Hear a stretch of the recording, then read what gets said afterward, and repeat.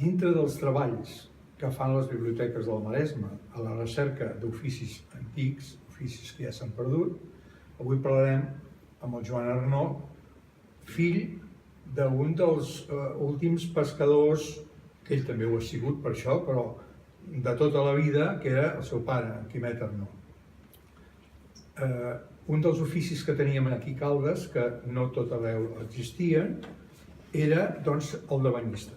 Era una feina que molts pescadors, a hores lliures, veritat Joan, quan venien de pescar, doncs es col·laboraven amb els estiuejants, amb els banyistes, que en aquell temps no era una cosa massa de moda posar-se a l'aigua, i ajudaven tant els nens com els adults. Tiraven les barquetes amunt, els hi muntaven les sombrilles, banyaven a la canalla petita, els posaven al sol, els vigilaven que no tinguessin massa sol o massa estona a l'aigua i se cuidaven de tot això. Estaven les 2 o 3 hores estaven a la platja i l'endemà tornem-hi, i així. Però només eren els mesos d'estiu.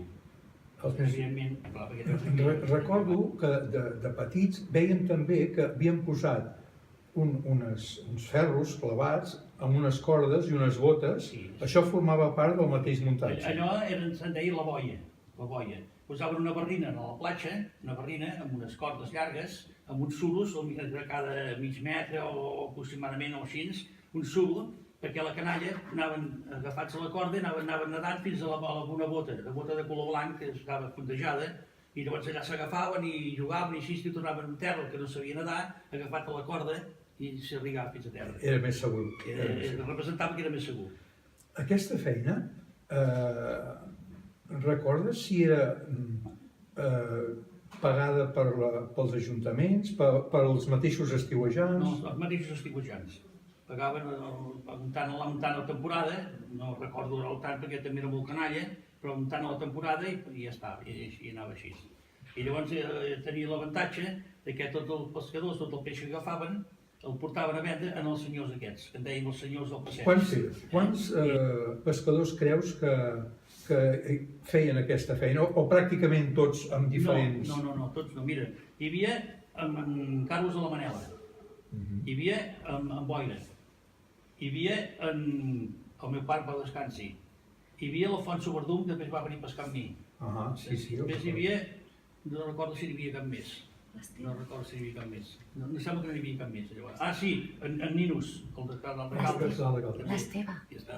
És curiós perquè molts dels pescadors, en vez d'estar a prop del mar, vivien a Alt de Caldes. És que abans al carrer de Pescadors vivien dos, el carrer que vic jo ara, el carrer de Mar, i dalt del poble, dalt de Caldes. A dalt de Caldes hi havia la Ioia, hi havia el meu oncle,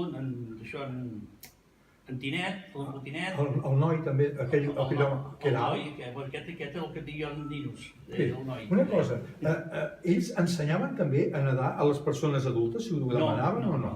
Només a la canalla els portaven, com eren de bolquers, els portaven així sobre l'aigua perquè els belluguessin i no... Però no, ensenyant a nedar. Els ajuntaments mai en cap cas tenien cap cosa a fer i tal i tal. No tenia res a veure els ajuntaments amb allò. No era tot com ara, que va tan controlat i així, que tothom anava a sus anxes. Bé, llavors una cosa, has dit, arribaven les barques de pescar, llavors els estiuejants, ells, com que estaven a la línia de mar, en el passeig, les veien arribar i era quan venien cap a la platja o ells estaven ja a la platja esperant que estaven a la platja. A la platja dels pescadors no hi vivien els estiuejants. Només eren les barques de pesca i la gent que venia del Maltrenc de Barcelona a banyar-se aquí, a Barcelona, de Badalona o d'allà fos a banyar-se. Però cada torre, ja saps que hi havia les torres que eren grans, tenia la seva parcel·la i posaven un toldo i les sombrilles i tots es banyaven a la seva parcel·la.